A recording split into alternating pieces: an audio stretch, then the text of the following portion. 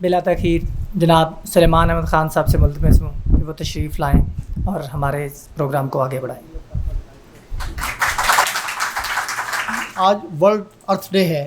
اگر ہم زمین کی حفاظت کی بات کریں تو بات انوائرمنٹ سے سٹارٹ ہوتی ہے، انوائرمنٹ کے ساتھ ہی زمین کی بہتری ہے، اور سٹارٹ اس میں اگر ہم سٹارٹ لیں تو پانی سے سٹارٹ ہوتا ہے۔ جہاں جہاں پانی ہے اللہ تعالیٰ نے خوب فرمایا ہے کہ ہم نے ہر زندہ چیز پانی سے پیدا کی۔ آپ کہیں پر بھی دیکھ لیں، دریاؤں کے جو پرانی بستیاں تھیں وہ دریاؤں کے ساتھ تھیں یا سمندروں کے ساتھ تھیں۔ جہاں جہاں پانی تھا وہاں پر بستیاں آباد ہوئیں، اور صرف انسانوں کی بستیاں نہیں بلکہ چرند پرند اور دوسری جتنی بھی مخلوقات تھیں، چاہے وہ آبی مخلوقات ہوں، چاہے وہ ہماری جنگلات کی مخلوقات ہوں، وہ بھی پانی کے اوپر انہوں نے مکمل بیس کیا۔ تو اگر ہم نے اپنی زمین کو زندہ کرنا ہے، ہم نے اپنے پلینٹ کو ہم نے بہتر بنانا ہے، محفوظ کرنا ہے، تو اس کے لیے ہمیں پانی کو ہی طرف ہی توجہ دینی پڑے گی۔ اور پھر اللہ تعالیٰ رب الکریم یہ فرماتے ہیں کہ اگر پانی خشک ہو جائے تو کون ہے جو پانی لے کے آئے گا؟ یہ ہمارے لیے ایک ایشو ہے کہ اگر ہم اپنے پلینٹ کی بہتری کے لیے ہم بات کریں یا ہم اپنے انوائرمنٹل ایشوز کے لیے بات کریں، اس کی بنیاد پانی سے سٹارٹ ہوتی ہے۔ صحرائے اعظم جو کہ ایک مشہور تھا کہ وہاں پر پانی دور دور نہیں ملتا تھا، وہاں کسی قسم کی آبادی نہیں تھی، کچھ نہیں تھا، اور جب اگر وہاں پر کسی علاقے نے کچھ کیا تو کچھ بہتری پیدا ہوئی۔ پانی ہی ایسی چیز ہے جس کی وجہ سے ہمارا انڈس بیسن پوری دنیا کے اندر ایک بہترین موجود تھا۔ ہمالیہ کے جنوب میں انڈس بیسن، اور ہمالیہ کے شمال میں انڈس بیسن اور گنگا بیسن جنوب میں، اور شمال کے اندر جو اپنے چائنا کے یلو ریور بیسن اور ینگزی بیسن، وہ باقاعدہ ان علاقوں کو انتہائی خوش قسمت بناتے تھے۔ آج ہم میں بات تو اگر پلانٹ کی بات کریں تو بات بہت دور جاتی ہے، لیکن ہم فوکس کریں گے صرف اپنے ملک کے لیے، کیونکہ بات جتنی بھی کی جائے تو کہیں لمبی سے لمبی ہو جاتی ہے۔ ہم نے فوکس اپنے ملک کے لیے کرنا ہے کہ ہم نے پاکستان میں رہتے ہوئے ہم نے کیا کرنا ہے۔ آج عالمی ماہرین باقاعدہ ہمیں اشارہ دے رہے ہیں، سگنل دے رہے ہیں کہ کلائمیٹ چینج کی جو ہیں وہ سمپٹمز آ رہے ہیں۔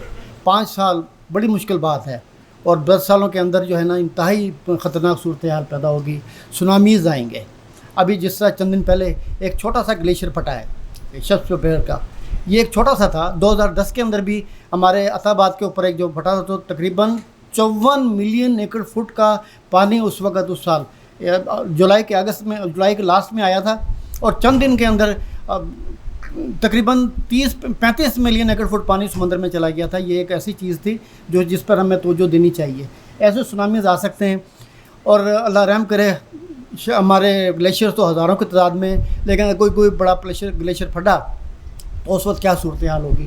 ہمارے سیلابوں کی صورتحال پیدا ہو سکتی ہے، سی لیول اونچا ہو سکتا ہے، اور انفیکشیس متعدی بیماریاں پھیل سکتی ہیں۔ ان تمام چیزوں کو اگر ہم انہیں چیزوں کو دیکھیں گے تو یہ سب چیزیں ہماری اس پلینٹ کے ساتھ منسلک ہیں، ہم اپنے آپ کو اس سے علاوہ نہیں کر سکتے۔ میں آج ایک بات اور عرض کر دوں کہ سائنس جو ہے، ارتھ کی سائنس تو بہت وسیع ہے، اور میرا خیال ہے کہ ڈاکٹر قادر صاحب اور ڈاکٹر رشید صاحب سے زیادہ بہتر اور کوئی نہیں بتا سکتا، لیکن میں اس بات کو فوکس کر رہا ہوں پانی کے لحاظ سے کہ پانی کیوں ضروری ہے ہماری ارتھ کی بہتری کے لیے، ہماری انوائرمنٹ کی بہتری کے لیے۔ جب دریا آلودہ ہونے شروع ہو جائیں اور مچھلیاں کہیں کہیں نظر آئیں اور درخت بھی جو ہے خال خال ہوں، اور اس وقت پھر ایسی صورتحال پیدا ہوتی ہے کہ انسان کو سانس لینے بھی مشکل پیدا ہو جاتی ہے۔ اور اگر ایسی صورتحال پیدا ہو رہی ہے 60 کی دہائی میں یا 70 کی دہائی میں چلے جائیں تو لاہور وہ لاہور نہیں تھا۔ آج جو ہے بیماریاں بھی پھیلی ہیں، کافی پھیلی ہیں، اور خاص طور سے راوی بیسن اور ہمارا جو ستلج بیسن ہے اس میں انتہائی بیماریاں پھیلی ہیں، اور یہ صورتحال اگر مزید بڑھی 2-4-5 سال کے بعد تو اس وقت پھر وقت نکل جائے گا، پھر وقت باقی نہیں رہے گا۔ ہمیں ابھی سے سوچنا چاہیے کہ ہم اس کے لیے کیا کریں۔ بالکل، اگر ہم نے اپنے آپ کو زندہ رکھنا ہے تو درخت لگائیں جہاں پر بھی ہو سکتے ہیں۔ میں ایک تجویز کروں گا یہاں اس فلور کے اوپر فائدہ اٹھاتے ہوئے کہ آپ کا جو college of earth and environmental science ہے، آپ اس پورے علاقے کو جو پنجاب یونیورسٹی کا 176 ایکڑ کا رقبہ ہے، بہت وسیع رقبہ ہے، یہاں پر آپ باقاعدہ کوئی ایسا باقاعدہ پروگرام سٹارٹ کریں کہ اس برسات کے موسم کے اندر یہاں زیادہ نہیں تو کم از کم 5-7 ہزار 10 ہزار درخت اور لگ جائیں۔ یہ ہماری ایک انوائرمنٹ کے لیے ایک بڑا بہتر ہوگا، اور ایک ہماری جو ایک کلین واٹر کی کوانٹٹی ہے اس کے لیے بہتری ہوگی. ہمیں اندازہ کرنا چاہیے کہ پاکستان کئی ملین ایکڑ فٹ پانی ہر سال صاف پانی وہ ضائع کر رہا ہے. اسے اگر ہم نہیں بچائیں گے تو پھر ہم کچھ نہیں کر سکتے. عالمی ماہرین یہ ہم نے سمبلز دے دیے ہیں کہ اس سال کیا صورتحال ہوگی, ٹمپریچر کس طرح بڑھے گا. 50 ڈگری 55 ڈگری بھی جا سکتا ہے. یہ وہ صورتحال ہے جس کے لیے ہمیں بالکل آنکھیں کھولنی پڑیں گی کہ کیا صورتحال ہو سکتی ہے کہ سبی کے علاقے میں, وسطی سندھ کے علاقے میں, اور حتیٰ کہ یہ آپ کے کچھ ملتان بہاولپور کے علاقے میں, چولستان کے علاقے میں, جہاں ابھی سے مویشی مرنا شروع ہو گئے ہیں اور جہاں کی آدھی آبادی نقل مکانی کر چکی ہے ابھی ان حال میں. اگر مزید یہ حالات بڑھے تو وہاں پر کیا صورتحال پیدا ہوگی. اور بات یہیں پر ختم نہیں ہوتی. یہ آپ یہ دیکھیں کہ صرف ایک پھٹا ہے تو اس میں کیا ہوا کہ وہاں پر جو 2 بجلی گھر تھے وہ بھی اس کا کافی حصہ بہہ گیا اور اس کے علاوہ وہاں کا پل بھی ٹوٹ گیا. وہاں پر یہ وہی اگر اس قسم کے ایونٹس جس طریقے سے گرمی پڑ رہی اور بارشوں کا کوئی توقع نہیں ہے, اگر یہ ایسے ایونٹ ہوئے تو پھر کیا ہوگا. پھر کئی گلیشیئر پھٹ سکتے ہیں. اللہ تعالیٰ ہمیں اس آفت سے محفوظ کرے. لیکن ایک بات یاد رکھیں, قدرت ہمارے اوپر بہت مہربان ہوتی ہے. قدرت اتنی مہربان ہے کہ ماں سے بھی 70 گنا سے زیادہ محبت کرتی ہے, لیکن وہ ہمیں باقاعدہ بار بار اشارے دیتی ہے کہ سمل جاؤ. لیکن جب نہ سملیں تو پھر اس وقت ہمیں جب سزا ملتی ہے, اللہ تعالیٰ ہمیں اس سزا سے بچائے. اس سے پہلے ہم اپنے آپ کو ہم کلیئر کر لیں, اپنے آپ کو ہم باقاعدہ ایک فوکس لیں اس کے اندر جو ہمارے لیے ضروری ہے. اور یہاں یہ صورتحال صرف پاکستان کی نہیں, انڈیا کی بھی یہی صورتحال ہے. لیکن یہ بات یاد رکھیں, انڈیا اور پاکستان انڈس بیسن دونوں کا ایک مشترکہ بیسن ہے, جس میں انڈس بیسن کے اوپر جو اپر رائپیرین ہے وہ انڈیا ہے. ہمارے دریا وہاں سے آتے ہیں, خاص طور سے جہلم اور چناب وہ وہاں سے مکمل بہ کے آتے ہیں. انڈس بھی وہیں سے آتا ہے لیکن اس کا کافی کچھ اتنا بڑا حصہ نہیں ہے, لیکن پھر بھی ایک ایلیمنٹ ہے. اگر وہ اپر رائپیرین کے حصے سے کچھ کرتا ہے, اور ظاہر ہے کہ جب تکلیف ہوگی تو آدمی پھر مار دھاڑ کرتا ہے. فار ایگزامپل میں ایک مثال دیتا ہوں. کئی جگہ پر اگر 100 بندے ہوں اور ہر بندے کو الاؤ ہو کہ اس نے 2 روٹیاں کھانی ہیں اور 199 روٹیاں پڑی ہوں, تو ہر آدمی جینا جھپٹی کرتا ہے کہ مجھے 1 روٹی نہ ملے, میں 2 روٹیاں لوں. اور اگر پوری 200 روٹیاں پڑی ہوں تو انسان کو کوئی پرابلم نہیں ہوتا اور 100 کے 100 بندے لے لیتے ہیں.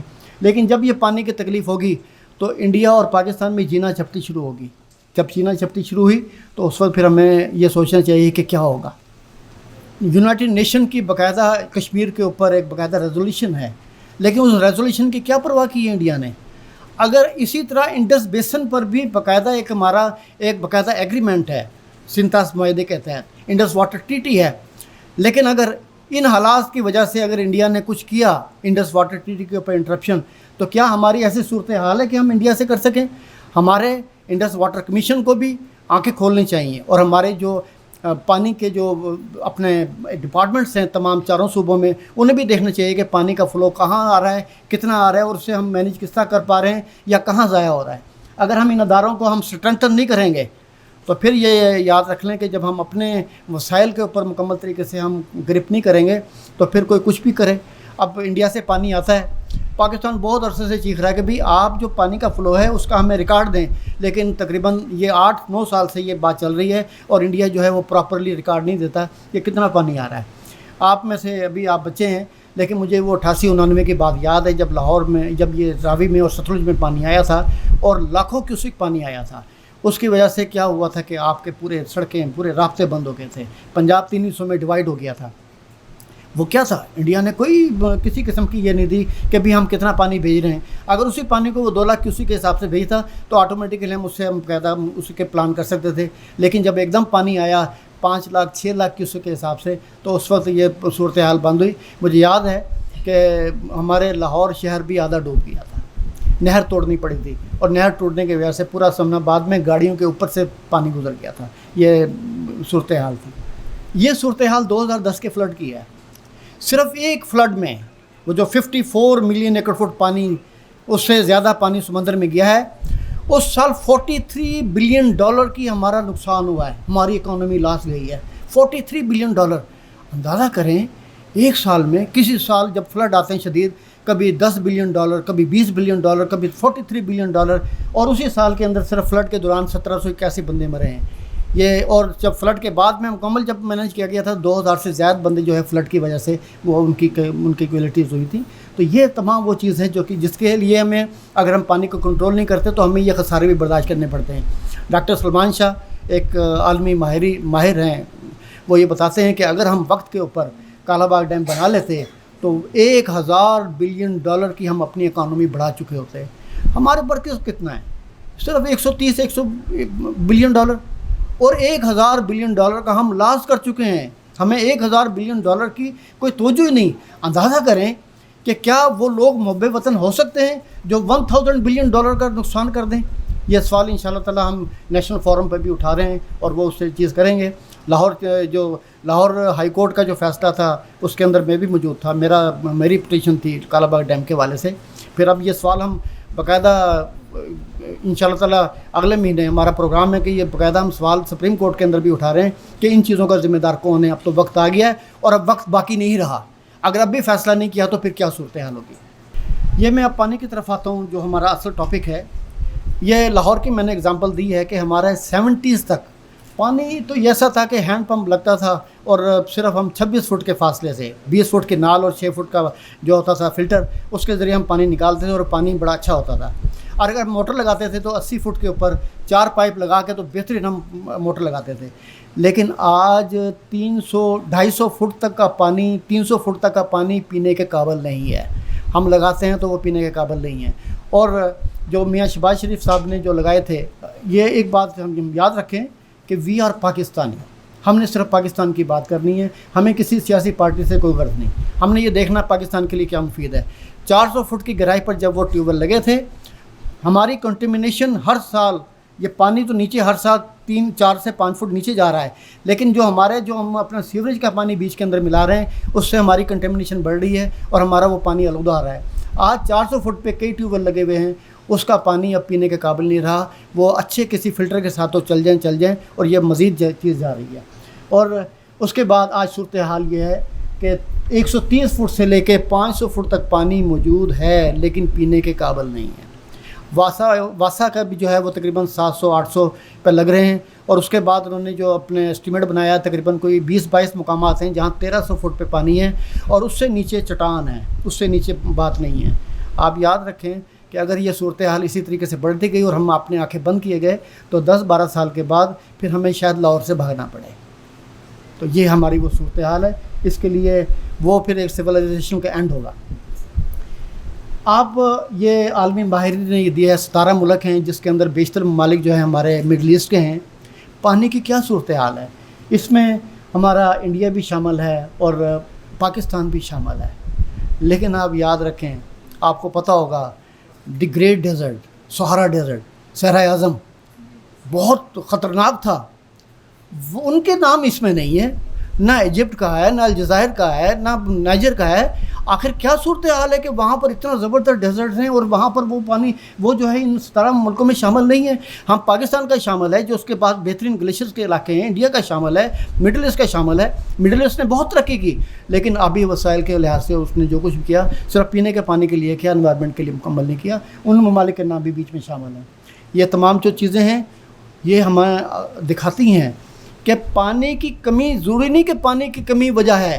پانی کی پراپر یوزنگ, پانی کی پراپر پلاننگ وہ سب سے بڑی بات ہے جو کہ ہمارے لیے ایک سزا کا باعث بن جاتی ہے. یہ نائجر جو کہ صحرائے اعظم کا ایک ملک ہے, وہاں انہوں نے جگہ جگہ جہاں پانی کی کچھ آتی تھی وہاں انہوں نے فٹافٹ فوری طور کے اوپر انہوں نے اوسس بنانے شروع کر دیے, نخلستان بنانے شروع کر دی ہے. اور وہاں کی آبادیاں تقریباً نخلستانوں کے ارد گرد ہیں. اور وہ ملک جو ہے اب ایکسپورٹ بھی کچھ کر رہا ہے اور اس ملک کے اندر یہ جو خطرے کے ممالک ہیں اس میں شامل نہیں ہے. اسی طرح الجزائر ہے, اسی طریقے سے مصر ہے, ایجپٹ وہ بھی ہے. یہ تمام ہے. اب ضروری نہیں ہے کہ وہ صحرائے اعظم ہیں تو وہ سارا مکمل ہوگا. یہ چیزیں ہمیں سوچنی ہوگی. یہاں یہ پانی کی صورتحال ہے اوور آل. یہ آپ دیکھ رہے ہیں یہ مکمل پانی ہے اور یہ جو وائٹ ہے یہ ہمارا کلین واٹر ہے. صرف 97.4 پانی ہمارا سالٹش واٹر ہے اور 2.6% جو پانی ہے وہ ہمارا جو ہے وہ کلین واٹر ہے. اور کلین واٹر میں بھی کیا صورتحال ہے